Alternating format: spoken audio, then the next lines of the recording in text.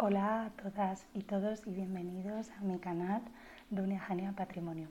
Yo soy Belén Cuenca, soy historiadora del arte, soy doctora en Historia y Estudios Humanísticos y máster en Ciencias de las Religiones especializada en Historia del Islam. Vengo a contarte algo muy especial y es que en menos de 2 semanas nos vamos a Túnez.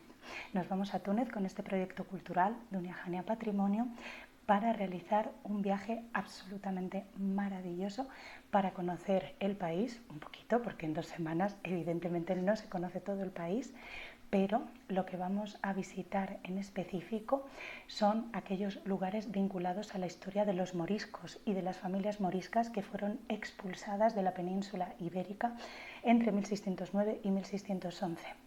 Vamos a recorrer, vamos a perseguir las huellas de aquellas familias moriscas que tristemente fueron expulsadas desde algunos lugares de la península ibérica y encontraron un nuevo país de acogida, un nuevo territorio de acogida en lo que hoy conocemos como Túnez. Así que nos vamos a embarcar en un viaje que hemos titulado Túnez y el legado morisco. Una experiencia que, como te digo, no es un simple recorrido turístico, no es un simple viaje, sino también es una manera de descubrir Túnez a través de una narrativa completamente distinta. Hoy quiero contarte, como ya te he dicho, en qué consiste este viaje y por qué va a ser tan especial.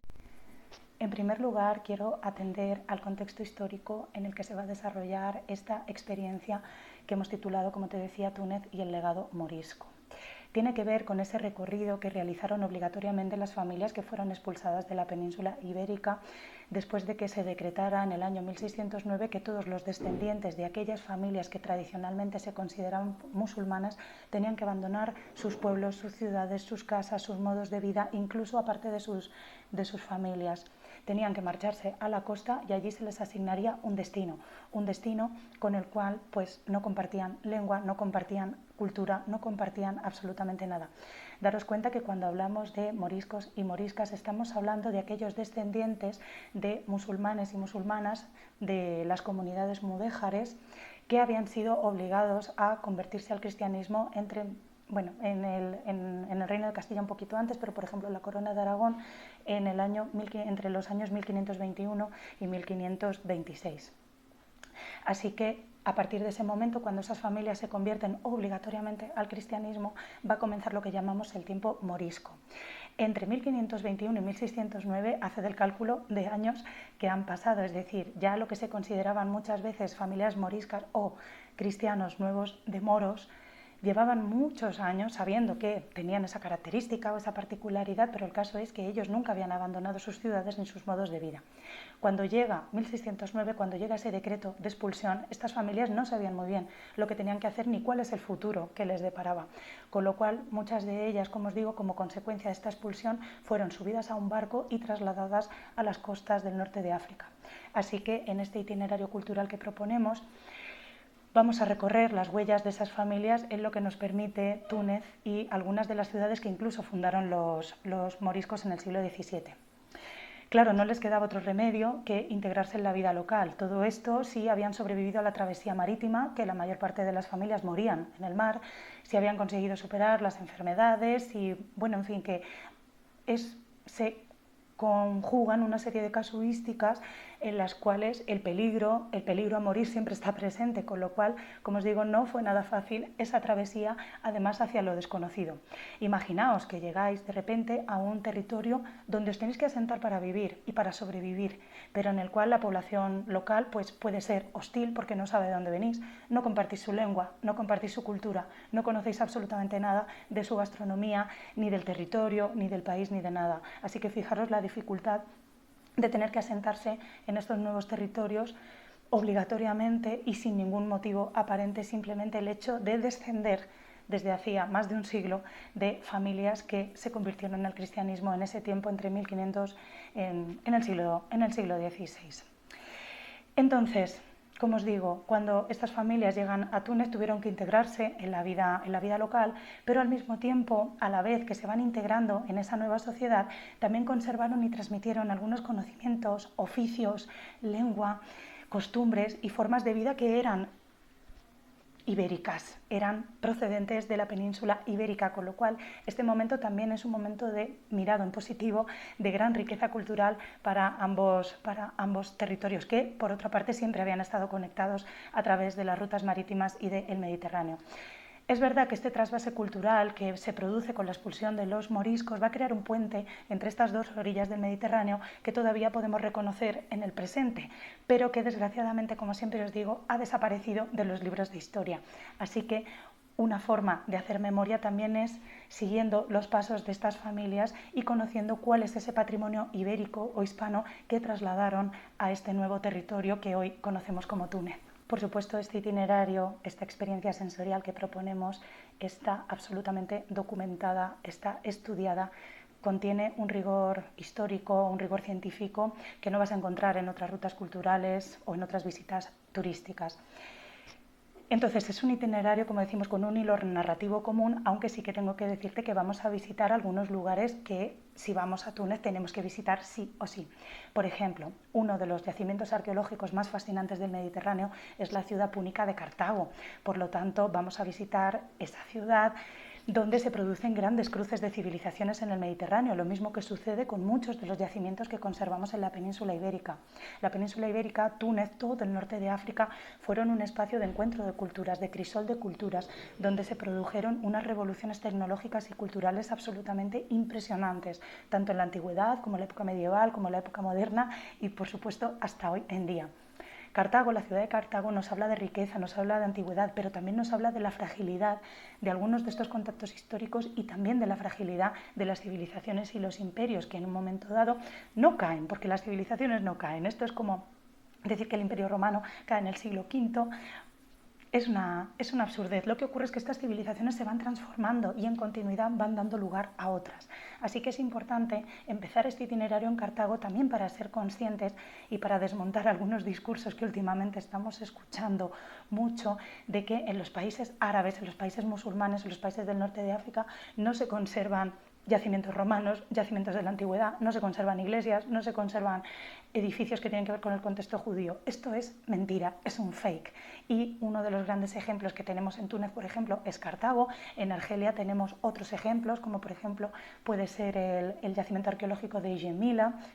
entre otros muchísimos yacimientos arqueológicos de época romana y tardorromana, o por ejemplo, si nos vamos a Marruecos, cerquita de Fez y de Meknès, podemos encontrar la ciudad romana de Volubilis. Así que, al igual que conservamos muchos yacimientos de la antigüedad en la península ibérica, en el contexto norteafricano también existen, porque, no se nos olvide, pertenecían también a la órbita de la antigüedad. Y después, progresivamente, conforme el Islam va llegando a Occidente, se va expandiendo esa arabización y esa islamización, estos yacimientos o estos antiguos lugares donde vivía esa civilización antigua se van integrando con la cultura islámica. De modo que sí, por supuesto que tenemos yacimientos de la antigüedad y qué mejor ejemplo que el yacimiento púnico de Cartago. Bueno, púnico y de muchas culturas y muchas civilizaciones, porque también tenemos restos romanos,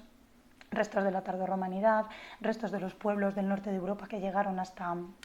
el norte de África, de modo que vamos a ir visitando todo ese crisol de culturas que es Túnez y cómo queda conectado constantemente con la península ibérica y con el resto de Europa, también a través de Sicilia y de la península italiana. Visitaremos también Sidi Bou Said, este preciosísimo pueblo blanco y azul que evoca pues, esa cultura mediterránea, esa arquitectura típica del Mediterráneo que tenemos desde la costa de Oriente Próximo hasta el Algarve portugués, hasta los confines del Magreb de Marruecos. Su estética es verdad que recuerda mucho a muchas poblaciones de la costa levantina y de la costa andaluza de la península ibérica, y esto por supuesto que no es casual, sino que fue moldeada por una misma cultura mediterránea. También lo podemos encontrar en Europa, en el este de Europa, en Grecia, en fin, que es verdad que Sidi Bou Said sorprende, pero si nos adentramos en otros pueblos pequeñitos de la costa mediterránea vamos a encontrar lo mismo, pero es verdad que para instagramear es muy, muy bonito. Bueno, también es interesante porque a esta zona de la costa también llegaron esas familias moriscas que también aportaron su visión sobre la vivienda y el urbanismo a estas nuevas configuraciones urbanísticas que vamos a tener después de la expulsión de los moriscos en un país como Túnez. Quiero decir con esto que en Túnez encontramos la arquitectura típica del siglo XVI, del siglo XVII, vinculada a la tradición otomana, vinculada a toda esa tradición islámica del Mediterráneo norteafricana, pero también a partir de esa llegada de los moriscos se va a desarrollar una nueva arquitectura fuera de las fronteras de la península ibérica que nos va a recordar a la arquitectura que se estaba realizando en la península ibérica, en España en concreto, en el entorno de la monarquía hispánica, en el siglo XVI y en el siglo XVII, y lo vamos a encontrar en Túnez. Así que esto es algo muy especial. Claro, también vamos a visitar el maravilloso Museo del Bardo. ¿Quién puede resistirse a esos maravillosos mosaicos donde contemplaremos además otras piezas que reflejan esa herencia compartida entre territorios de la mitad norte del Mediterráneo y la mitad sur del Mediterráneo, de ese norte de África? El Bardo también es un lugar para pensar y para repensar, para innovar, para pensar en esa tradición renovada, porque innovar al final es pensar en una tradición renovada. Y también tenemos que ver esas conexiones entre los diferentes pueblos del Mediterráneo que nos van contando historias, no solamente historias de las grandes civilizaciones, sino también la historia de las familias que habitaron estos territorios. Y otro de los espacios más conocidos de Túnez que vamos a visitar es Kairouan. Y Kairouan, como bien sabéis, está absolutamente conectadísima con la península ibérica y en concreto con el centro espiritual más importante del occidente islámico, que fue Córdoba. La mezquita de Córdoba, y esto lo podéis ver en numerosos estudios, tiene una misma orientación de la quibla que la gran mezquita de Kairouan, fundada por el conquistador Uqba, Sidi Uqba. La mezquita de Kairouan, lo que sucede es que, como ha estado en uso durante mucho tiempo, ha sufrido muchas remodelaciones desde su fundación a finales del siglo VIII, principios del siglo IX. Pero lo cierto es que está muy conectada, como os decía, con la mezquita de Córdoba. Si queréis saber más sobre la mezquita de Kairouan, pues ya sabéis lo que tenéis que hacer: estar atentas y atentos a nuestras redes sociales y apuntaros a este viaje sobre Túnez y el legado morisco. Pero una de las paradas más importantes que vamos a hacer, además de visitar la Rue de les Andalousies en Túnez capital, que es todo el barrio que tradicionalmente se cuenta que fue fundado por los andalusíes, es decir, por los moriscos, vamos a visitar un lugar que es único en el país y en el Mediterráneo, que es la ciudad de Testur, una ciudad toda urbanizada, diseñada y pensada por las familias moriscas que allí se asentaron. Por lo tanto, cuando uno va a Testur, tiene la sensación de estar en cualquier pueblo del interior de Castilla-La Mancha, en cualquier pueblito del interior de la Comunidad Valenciana, del interior de Andalucía o del interior de Aragón. En lugar de utilizar la arquitectura plana, por ejemplo, con las cubiertas planas, tenemos la arquitectura típica hispana con los techos a dos aguas. Tenemos una mezquita que estéticamente y visualmente recuerda mucho a los edificios hispanos y no tanto a los edificios otomanos de la época de la que estamos hablando. Estamos hablando del siglo XVII en Túnez, cuando Túnez pertenecía a la órbita del califato otomano de Turquía. Así que es muy interesante visitar la ciudad de Testur, porque ahí es donde está el epicentro de la historia de los moriscos, el epicentro de esos moriscos hispanos, Túnez, y posteriormente acogidos por Túnez, y que tuvieron la necesidad de fundar una nueva ciudad para poder desarrollar su vida. No solamente el patrimonio material es lo importante, también el patrimonio inmaterial, la gastronomía, la lengua. Tenemos un montón de valencianismos y de castellanismos en la zona de Testur. Por ejemplo, para definir los aperos de labranza se utilizan palabras arabizadas, pero que proceden del castellano, porque siempre pensamos que las palabras del español proceden del árabe, pero en este caso tenemos palabras del castellano, bueno, en este caso, perdón, del aragonés y del valenciano, que se han arabizado. Y, por ejemplo, no sé, se me ocurre, como muchas veces nos ha puesto este ejemplo el profesor Luis Bernabé de la Universidad de Alicante, pues por ejemplo a la carretilla se le dice el carritu. Es un ejemplo tonto, pero es un ejemplo de cómo no solamente es el contexto del patrimonio visual, sino también del patrimonio inmaterial. Así que también esas conexiones a veces se desmaterializan y solamente se pueden descubrir viviéndolas y sintiéndolas, que eso es de lo que se trata y de lo que pretendemos en estos itinerarios que te proponemos desde Dunia Jania Patrimonio. Y claro, detrás de todo este patrimonio material, de todo este patrimonio monumental, pero también cotidiano, que es importantísimo. También hay que atender al plano de lo emocional, a esa conexión emocional que podemos sentir las personas que hemos nacido en España en época contemporánea con aquellas familias que fueron expulsadas, que también, si nos ponemos en términos contemporáneos, también eran españolas, igual de españolas que nosotros y que nosotras, igual de europeos que cualquiera de los que estéis viendo este vídeo y habéis nacido en cualquier país de Europa, no solamente del Mediterráneo, no solamente en el sur del Mediterráneo, sino de toda Europa. Todos somos y todas somos Europa. Por lo tanto, detrás de toda esta historia patrimonial, de legado visual, de legado material e inmaterial, tenemos una historia humana. Aquella historia de quienes tristemente tuvieron que abandonar su tierra obligatoriamente, los cuales no les quedó más remedio que llevar su cultura consigo y que además contribuyeron a enriquecer de una forma muy clara su lugar de destino, como hemos explicado. Este es el fin último de nuestro viaje, de nuestra experiencia en Túnez, perseguir y hacer memoria.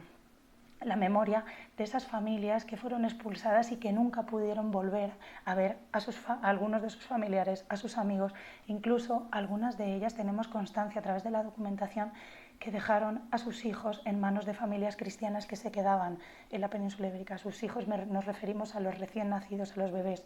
porque las familias eran perfectamente conscientes de que un bebé no iba a soportar esa travesía a través del mar hasta llegar a un lugar desconocido.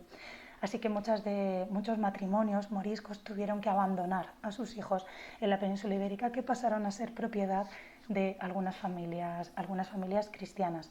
Por lo tanto, viajar con esta mirada es, en cierto modo, rendir homenaje a esas historias de resistencia, pero también de creatividad.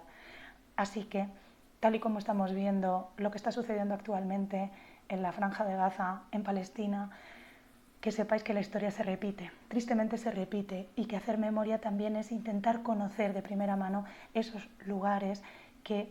bueno, de alguna manera fueron el hogar posterior, obligado sí, pero el hogar de todas esas familias que perfectamente podrían ser nuestros antepasados y nuestras antepasadas. De hecho, hay una historia muy bonita, esto forma parte también de las leyendas, y es que cuando uno viaja a Túnez, a Marruecos, a Argelia, incluso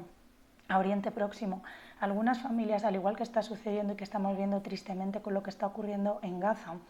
se llevan las llaves de su casa. Pues en Marruecos y en Túnez y en Argelia también hay una tradición muy potente, y es que algunas familias que todavía hoy habitan esos lugares, cuando van personas españolas, te dicen: mira, esta es la llave de mi casa en España, o la llave de mi familia, de la casa de mi familia en España, porque ellos son descendientes de aquellos moriscos expulsados, con lo cual se crean unas sinergias emocionales absolutamente increíbles y que yo os recomiendo que viváis. Y si las queréis vivir conmigo, pues me encantaría compartirlas con vosotras. Por eso, este itinerario que hemos titulado Túnez y el legado morisco es un viaje con un hilo narrativo y documental muy, muy especial, porque no solamente vamos a recorrer Túnez y vamos a recorrer los principales hitos turísticos de Túnez, sino que vamos a viajar a nuestra propia memoria compartida, a nuestro propio pasado, ese pasado que además la historiografía española y europea nos ha arrancado de nuestra identidad, echando encima de él un manto de silencio que hoy, gracias a grandes investigadores como, por ejemplo, el profesor Luis Bernabé Pons, que antes lo he mencionado, de la Universidad de Alicante, y otros muchos investigadores e investigadoras que se dedican a perseguir y a recomponer esta memoria de los moriscos. También un saludo a Houchem Chachia, profesor en la Universidad de Túnez, que se dedican, como os digo, a revivir y a revitalizar todo ese pasado morisco. También me gustaría mucho desde aquí mandar un saludo a investigadores como José María Perceval, Bernard Van Sant, Borja Franco, a Antonio Urquizar y a todos los compañeros también del proyecto Coast Action Islamic Legacy, que fueron los que precisamente a mí me enseñaron todo este legado en una expedición que hicimos a Túnez y me permitieron participar como conferenciante en dos de sus acciones financiadas por la Unión Europea, una en Testur, precisamente en Testur, y otra en el Museo Benaki de Atenas. Así que, como os digo, no solamente vamos a viajar para hacer un itinerario turístico, no tiene nada que ver con eso. Se trata de una experiencia multisensorial, porque en muchas ocasiones no vamos a ver un espacio monumental, pero sí que vamos a poder sentir el habitar una casa. Vamos a poder escuchar, vamos a poder